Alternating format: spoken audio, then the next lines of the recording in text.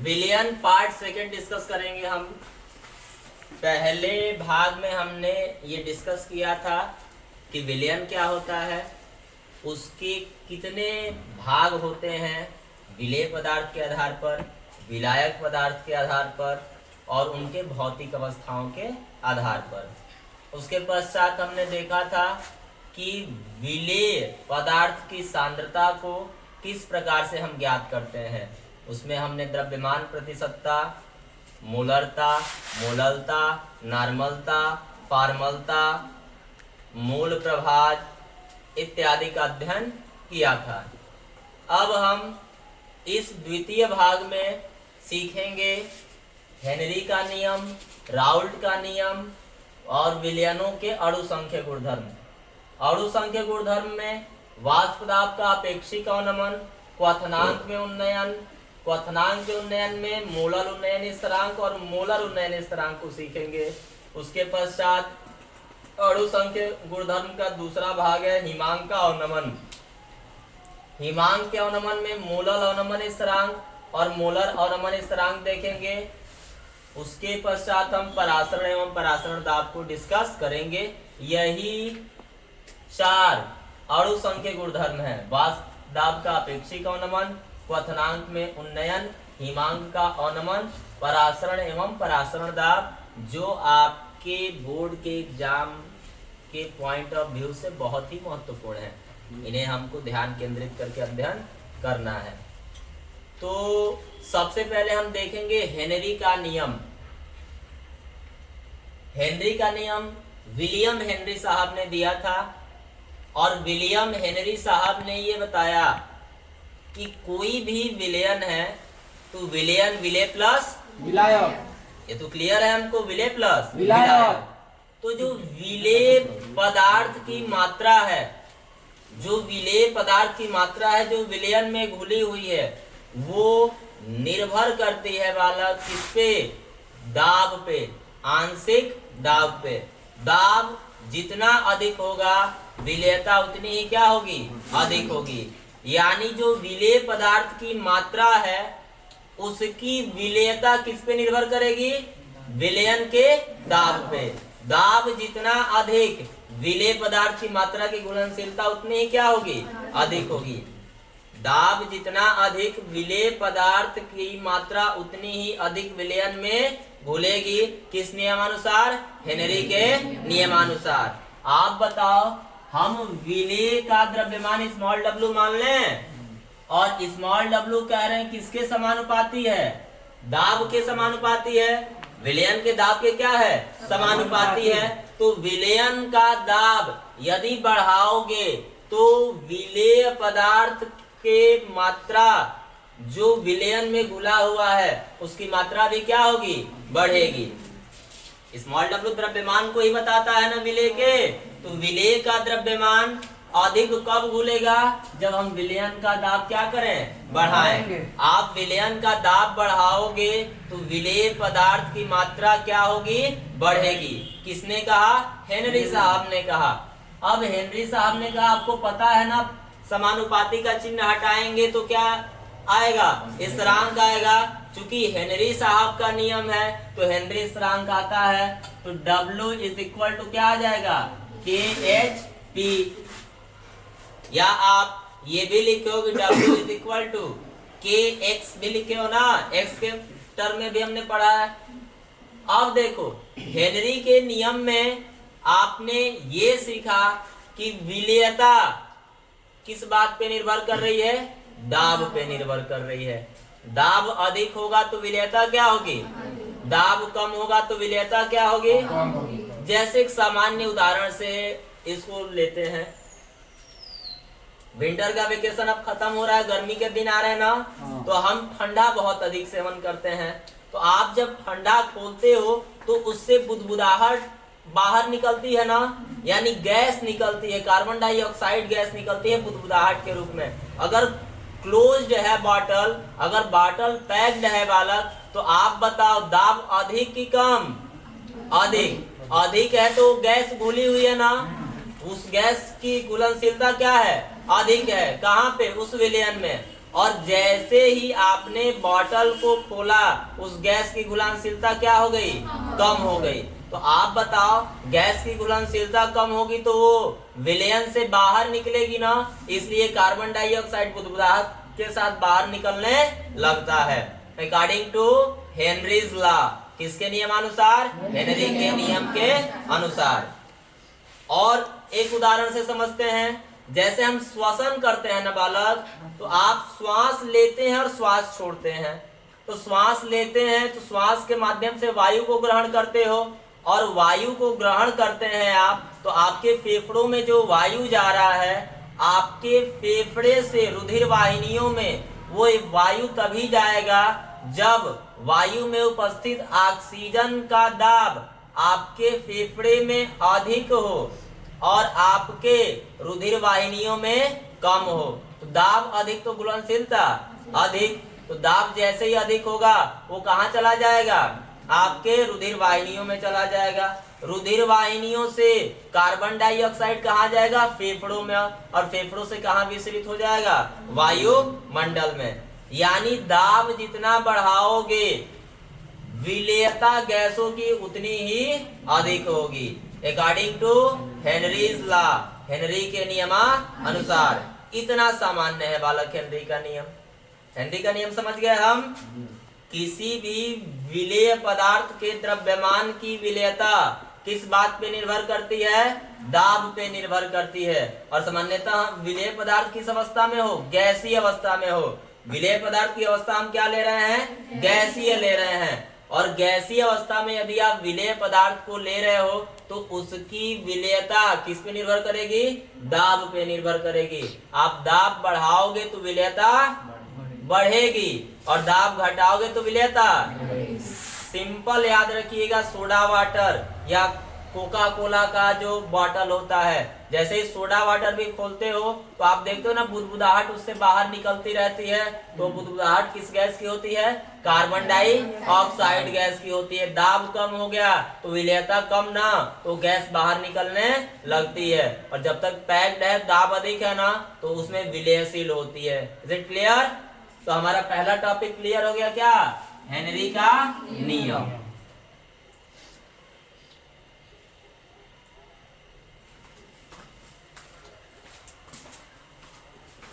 Henry स्थिरांक कहते हो ना केज को। आगे बढ़ा जाए। दूसरा क्या है, राउल्ट का नियम। राउल्ट का नियम किसने दिया, राउल्ट साहब ने दिया ना। और ये भी नियम दाब पे चलता है बालक। राउल्ट का नियम भी किस पे निर्भर करता है, दाब पे चलता है। और दाब पे जो वाष्प का दाब है, हेनरी के नियम में हमने अभी पढ़ा कि विलेय पदार्थ के द्रव्यमान की विलेयता अगर वो गैसीय अवस्था में है तो किस पे निर्भर करेगी, दाब पे। दाब जितना अधिक विलेयता उतनी अधिक, और दाब जितना कम विलेयता उतनी क्या हो जाएगी, कम हो जाएगी। तो इसमें राउल्ट साहब ने बताया, राउल्ट साहब ने अपने नियम में बताया कि जो वाष्प दाब है और आंशिक दाब है। वाष्प दाब पहले समझते हैं क्या होता है, उसके बाद आंशिक दाब पे आएंगे।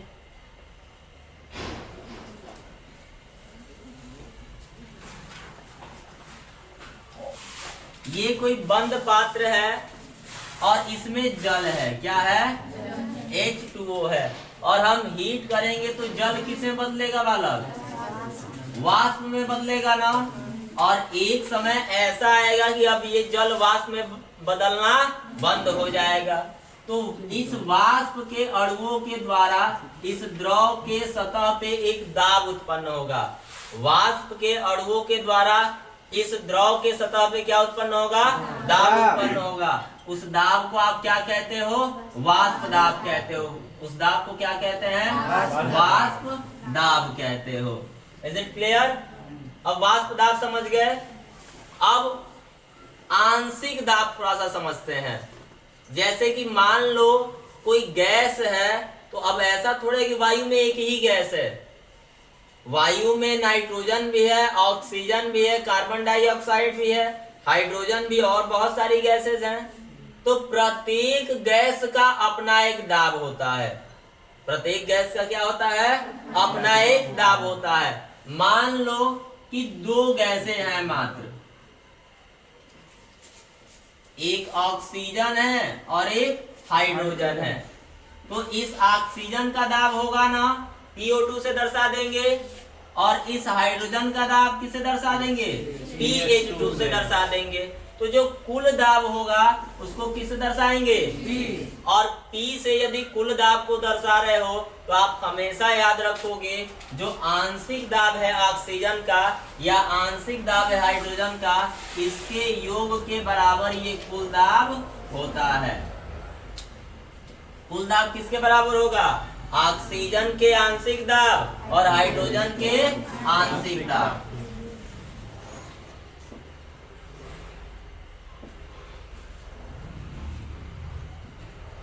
चाहे ऑक्सीजन चाहे हाइड्रोजन की केवल दाब की हम बात करेंगे तो अंश हुआ ना, भाग हुआ ना बालक, संपूर्ण तो दाब हुआ नहीं, वो क्या हुआ? भाग हुआ ना, तो उसको आंशिक दाब आप कहते हो। और यदि दोनों को एक साथ बात करोगे तो योग कर दोगे और उसको हम क्या कहते हैं? कुल दाब कहते हैं। Is it clear? तो अब राउल्ट साहब ने कहा कि किसी भी विलयन में जो गैस होंगे उनके आंशिक दाबों का योग कुल दाब के बराबर होता है। उनके आंशिक दाबों का योग कुल दाब के क्या होगा? बराबर होगा। पहली बात। और दूसरी बात उन्होंने कहा कि किसी विलयन में जो वाष्पशील अवयव है, किसी विलयन में जो वाष्पशील अवयव है, जो वाष्प में परिवर्तित हो रहा है, वो उसके मूल प्रभाज के क्या होगा? समानुपाती होगा। वो उसके मूल प्रभाज के क्या होगा? समानुपाती होगा। जैसे विलयन में दो चीजें हैं, हाइड्रोजन और ऑक्सीजन गैस मान लो घुले हुए हैं। विलयन में कितनी चीजें घुली हुई हैं? हाइड्रोजन और ऑक्सीजन गैस घुली हुई हैं। आप मान लो कि कुल दाब क्या हो गया? P। और ऑक्सीजन का आंशिक दाब PO2। PO2 किसका आंशिक दाब हो गया? ऑक्सीजन का आंशिक दाब हो गया। मूल प्रभाज जानते हो ना, अगर ये विलेय है तो मूल प्रभाज क्या होगा? इसको A मान लें तो XA हो जाएगा या XO2 हो जाएगा ना। ये ऑक्सीजन का आंशिक दाब हुआ और ये क्या हुआ? विलेय का मोल प्रभाज हुआ, PO2 हुआ। ये दोनों आपस में क्या है? समानुपाती हैं। किसके हिसाब से? राउल्ट के नियम के अनुसार। अब एक स्थिरांक आएगा ना जब समानुपाती हटेगा, तो वो स्थिरांक आता है P0O2 या उसको P0A कह लो। क्या कह लो? P0A। इसलिए कि विलेय को हम A से दिखाना ज्यादा बेहतर पसंद करते हैं। विलेय से A को दिखाते हो और विलय को किससे दिखाते हो? तो PA बराबर P0A और XA कर दोगे, ठीक है। और PB बराबर P0B XB कर दोगे। ऐसा आपने आदर्श गैस नियम में भी पढ़ा होगा। आदर्श गैस समीकरण अगर पढ़े होगे तो वहां भी इस बातों का अध्ययन आपने किया होगा। अगला है बालक आदर्श एवं अनादर्श विलयन। आदर्श एवं अनादर्श विलयन।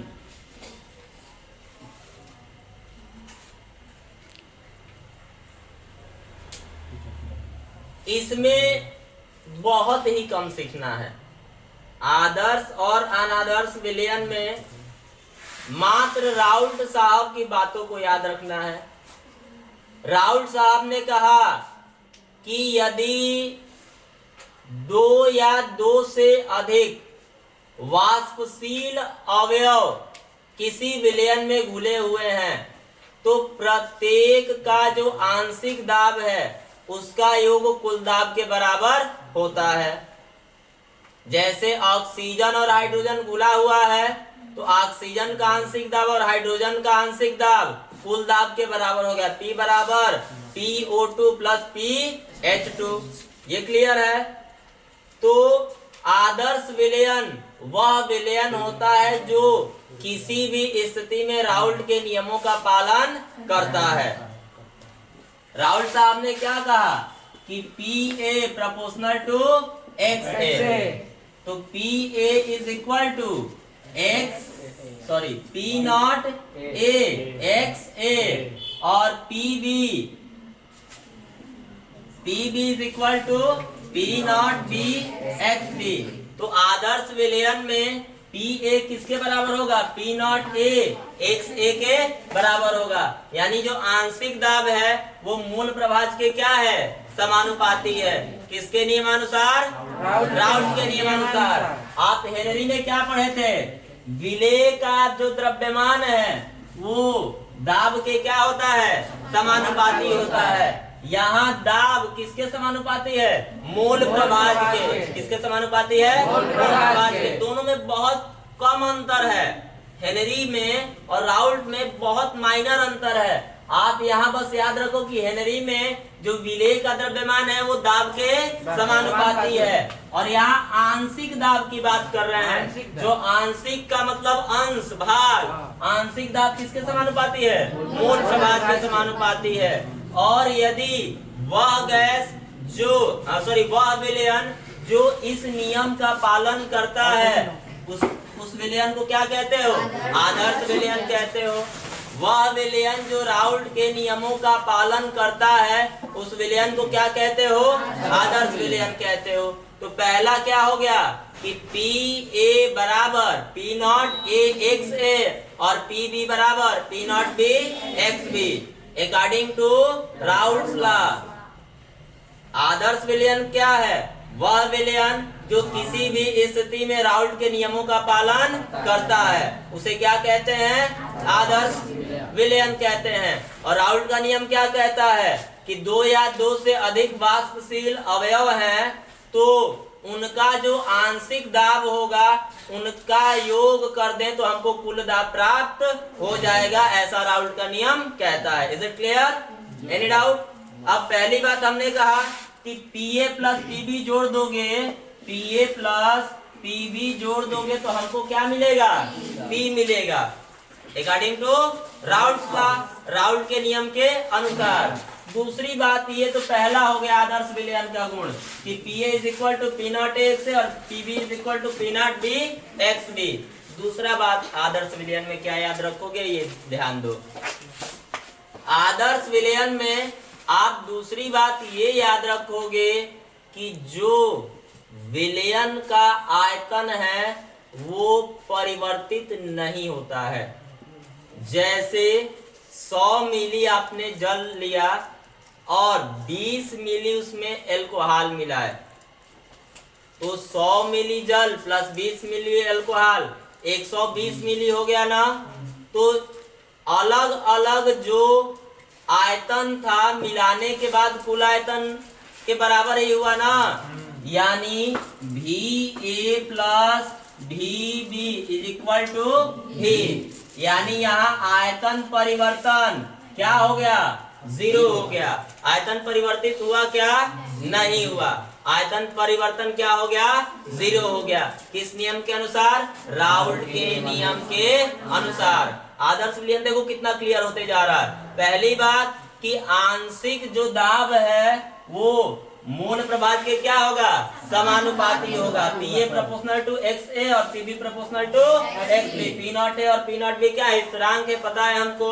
अब दूसरी बात जो आयतन परिवर्तन है वो भी शून्य होगा। यानी विलेय का आयतन और विलयन का विलायक का आयतन जो पहले था योग के बाद भी उसमें कोई परिवर्तन नहीं आएगा। तीसरी बात आपको बालक याद रखना है आदर्श विलयन में कि जो इंथैल्पी परिवर्तन होता है वो भी 0 होता है। इंथैल्पी यानी ऊर्जा जो परिवर्तित होता है विलेय विलायक मिलने के बाद वो भी कितना होता है? 0 होता है। यानी ऊर्जा की हानि भी नहीं होती है या ऊर्जा का अवशोषण भी नहीं होता है अगर वह विलयन आदर्श विलयन है तो। यानी डेल्टा H बराबर भी क्या होगा? 0। आप बताओ जो आदर्श विलयन है, आदर्श विलयन में कितनी चीजें हम देखे? 3। पहला देखे कि विलेय का जो आंशिक दाब है वो किसके बराबर है, समानुपाती है? विलेय के मूल प्रभाज के समानुपाती है। या विलायक का जो आंशिक दाब है वो विलायक के मूल प्रभाज के समानुपाती है। या आप लिख सकते हो PA is equal to P0A XA और PB is equal to P0E XB। हमने दूसरा देखा कि जो आयतन परिवर्तन है, डेल्टा से परिवर्तन को दर्शाते हैं। आप फिजिक्स में भी पढ़ते हो परिवर्तन, ठीक है? तो आप डेल्टा V जो है वो 0 होता है, यानी आयतन में कोई परिवर्तन नहीं होता है। और तीसरी बातें हमने जो देखी, delta H is equal to 0, delta H भी क्या होगा? 0 के बराबर होगा। एंथैल्पी में भी कोई परिवर्तन नहीं होगा। Is it clear? ये किसके लिए है? आदर्श विलयन के लिए है। अब दूसरा क्या है? अनादर्श विलयन। अब इसके जैसा आसान ही कुछ नहीं है। वह विलयन जो सामान्य ताप एवं दाब पर राउल्ट के नियमों का पालन क्या कहलाएगा? रटना है क्या? थोड़ा भी रटना है।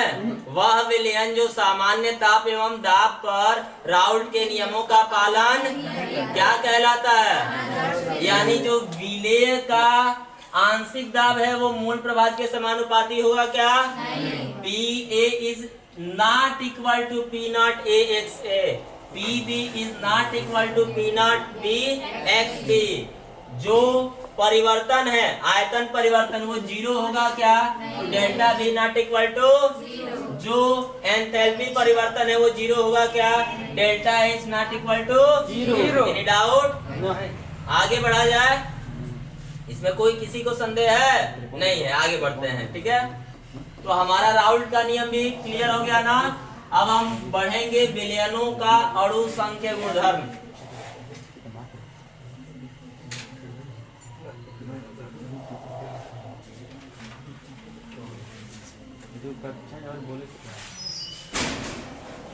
विलयनों का अणु संख्य गुणधर्म।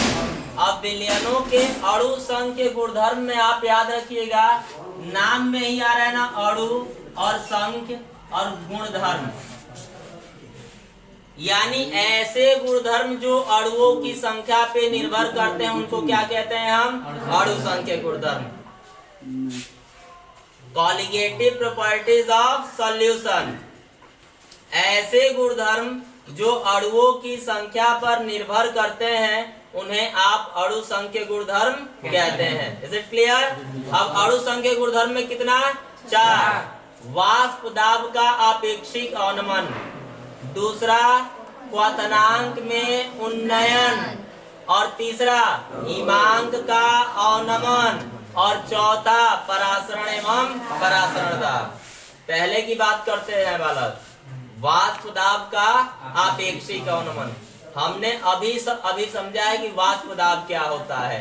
एक बार फिर से रिकॉल करते हैं वाष्प दाब क्या होता है। आप बताओ किसी विलयन के कितने घटक? 2। विलेय प्लस विलेय प्लस विलायक।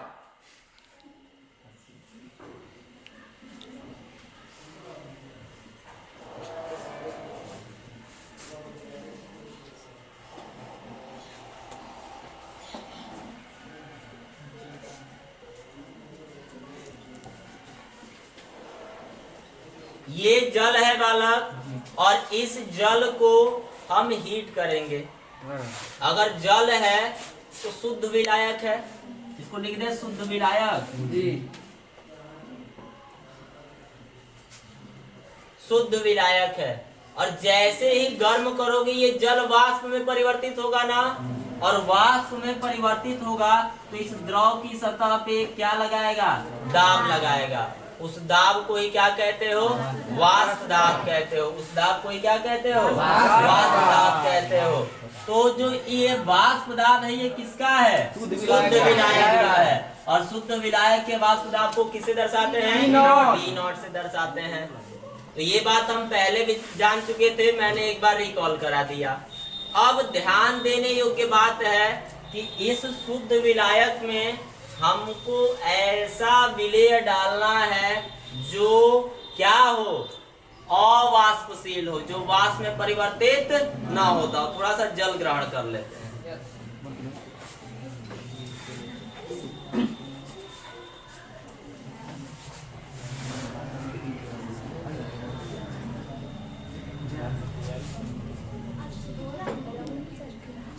ध्यान दीजिए, हम वाष्प दाब को किससे दर्शाए, V0 से, और ये किसका वाष्प दाब है बालक, एनी डाउट, शुद्ध विलायक का ही वाष्प दाब है। अब इसमें शुद्ध विलायक में हम मिलाएंगे अवाष्पशील विलेय। क्या मिलाएंगे बालक, अवाष्पशील विलेय मिलाएंगे। अवाष्पशील विलेय आप जैसे ही मिलाते हो बालक, आप बताओ वो वाष्प में परिवर्तित होगा क्या, नाम ही है अवाष्पशील, तो परिवर्तित होगा क्या, जैसे एक मछली कहते हो ना पूरे तालाब को गंदा कर देती है, वैसे ही जो अवाष्पशील विलेय पदार्थ है, अवाष्पशील विलेय जिसे आप मिला रहे हैं, ये अपने तो वाष्प में परिवर्तित नहीं होगा, कुछ विलायक के अणुओं को भी परिवर्तित नहीं होने देगा। तो आप देखो हमने इस पात्र में क्या मिला दिया, अवाष्पशील विलेय मिला दिया। तो अब ये क्या बन गया, विलयन। क्या बन गया, विलयन। इसमें क्या मिला हुआ है,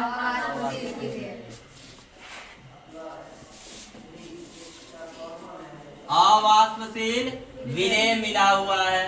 अब ये अवाष्पशील विलेय मिला हुआ है, तो आप बताओ फिर हम गर्म करेंगे तो ये वाष्प में बदलेगा ना, विलयन को गर्म करोगे तो वाष्प में बदलेगा ही।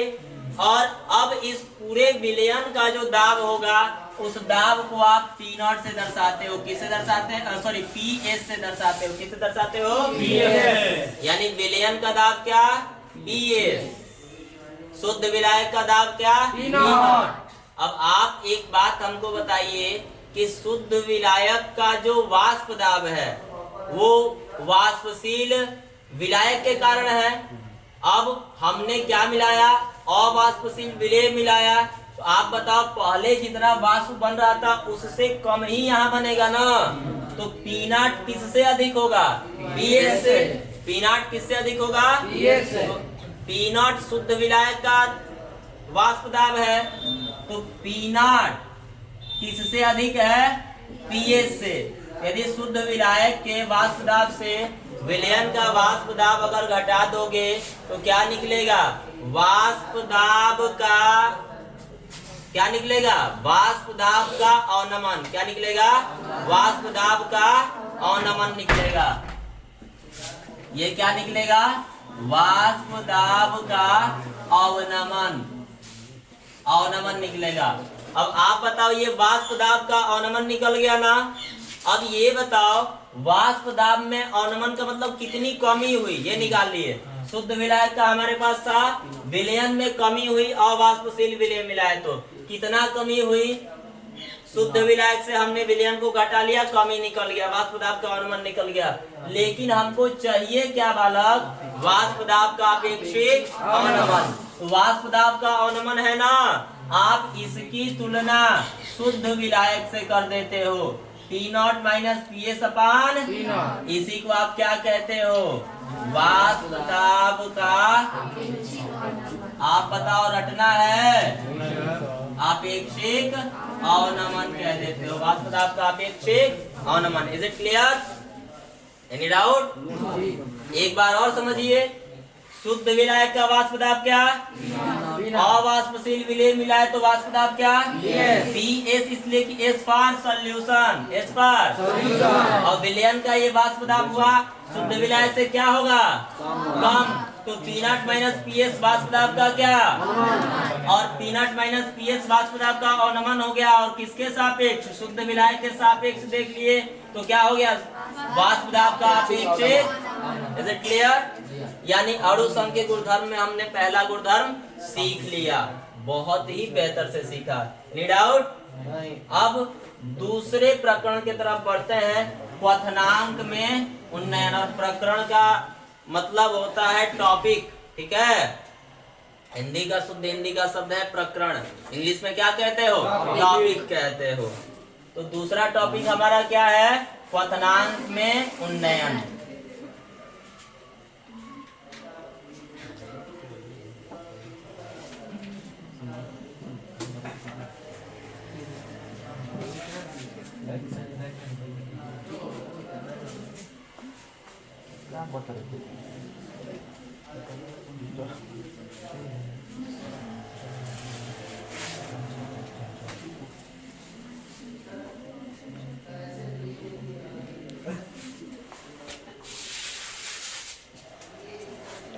है बालक जी, क्वथनांक में उन्नयन हमको देखना है।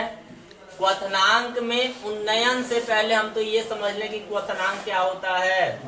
क्वथनांक का मतलब वह ताप जिस पर कोई विलयन या विलायक क्या हो, कोई द्रव उबलने लगे। अगर कोई द्रव जिस ताप पर उबलने लगता है, उस ताप को, उस द्रव का क्या कहते हैं? क्वथनांक कहते हैं। अब जो हमसे फैमिलियर है उसी द्रव को लें जिसको हम अच्छे से जानते पहचानते हैं, जैसे H2O जल है। जल का क्वथनांक कितना होता है? 100 डिग्री सेल्सियस।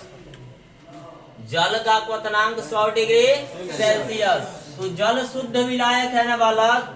जल क्या है? शुद्ध विलायक है। और इसके क्वथनांक को T0B से दर्शाते हो। किससे दर्शाते हो? T0B से दर्शाते हो। जल के क्वथनांक को हम किससे दर्शाते हैं? T0B। यानी शुद्ध विलायक का ये क्या हो गया? क्वथनांक हो गया। अब मान लो जल का क्वथनांक 100 डिग्री सेल्सियस है। अब थोड़ा सा बुद्धि आप लगाइएगा, अगर जल है और जल में ही हम कोई अवाष्पशील, ये शुद्ध विलायक हो गया ना, ये शुद्ध विलायक हो गया। और जल में अब हमने क्या मिला दिया? अवाष्पशील पदार्थ।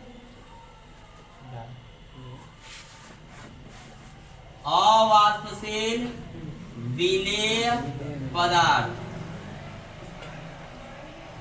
अवाष्पशील विलेय पदार्थ आपने मिलाया, तो आप बताओ पहले 100 डिग्री सेल्सियस पे उबलता था, अब ताप अधिक करना पड़ेगा कि नहीं करना पड़ेगा? करना पड़ेगा ना।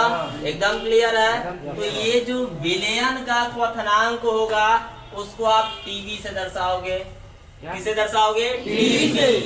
किसे दर्शाओगे? TB से। अब TB से दर्शा रहे हो ना, आप बताओ TB शुद्ध विलायक के क्वथनांक से अधिक है ना, तो हमको क्या निकालना है? क्वथनांक में उन्नयन। कितनी बढ़ोतरी हुई? शुद्ध विलायक का जो क्वथनांक था उससे कितनी बढ़ोतरी हुई? तो जितना विलयन का क्वथनांक है उसको शुद्ध विलायक से घटा लेंगे तो नहीं निकल जाएगा। तो आप बताओ क्वथनांक में उन्नयन को किससे दर्शाते हो? डेल्टा TB से। आप बताओ विलयन का क्वथनांक, अवाष्पशील विलेय पदार्थ मिलाने के बाद क्या है? TB। और इसको किसे घटा दें? शुद्ध विलायक के क्वथनांक से, T0B। TB क्या है? विलयन का क्वथनांक है। विलयन का क्वथनांक है। कैसा विलयन? जिसमें अवाष्पशील विलेय पदार्थ मिला है। वह विलयन जिसमें क्या मिला है? और T0B क्या है? शुद्ध विलायक का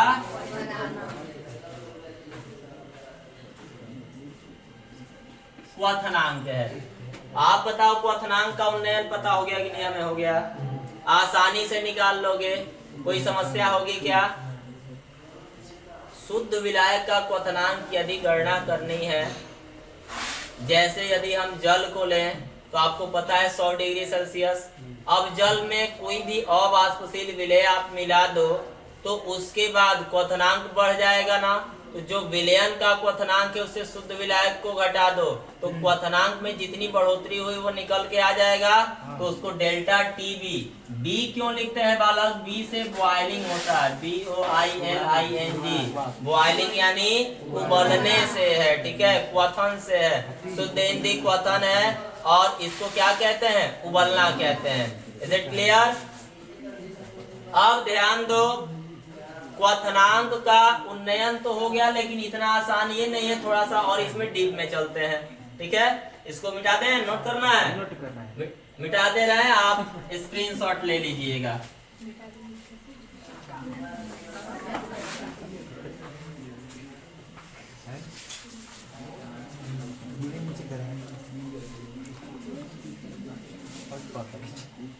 ध्यान दो, अब जो क्वथनांक का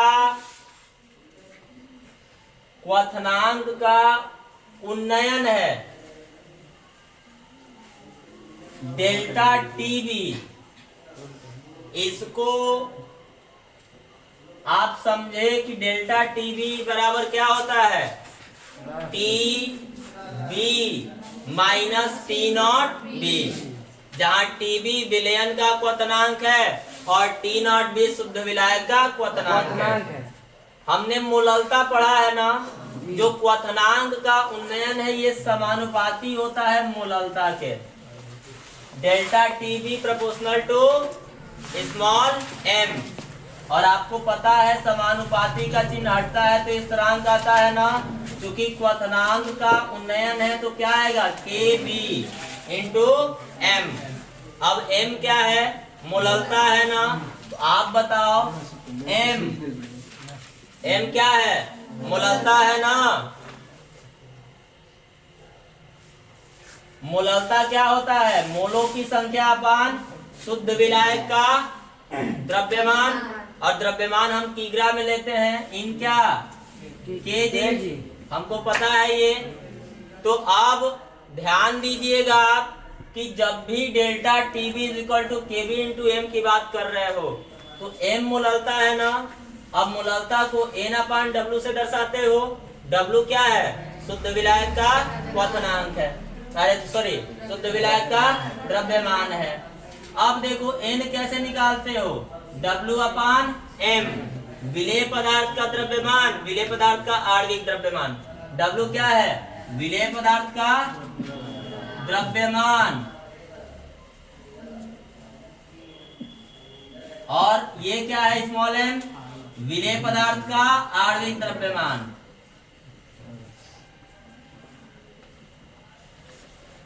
विलेय पदार्थ का आणविक द्रव्यमान है।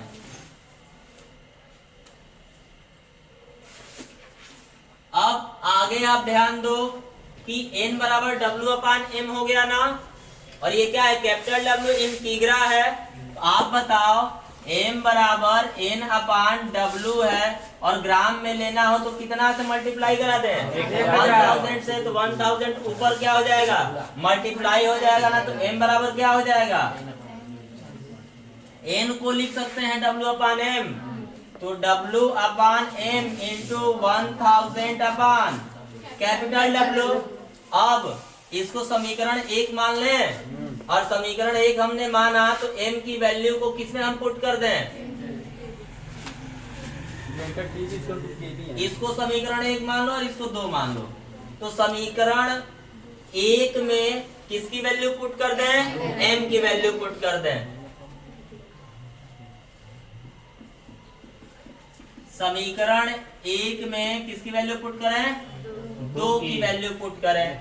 तो समीकरण 1 में m की वैल्यू क्या है, आप बताओ, delta TB is equal to KB into small W into 1000 upon small m into capital W।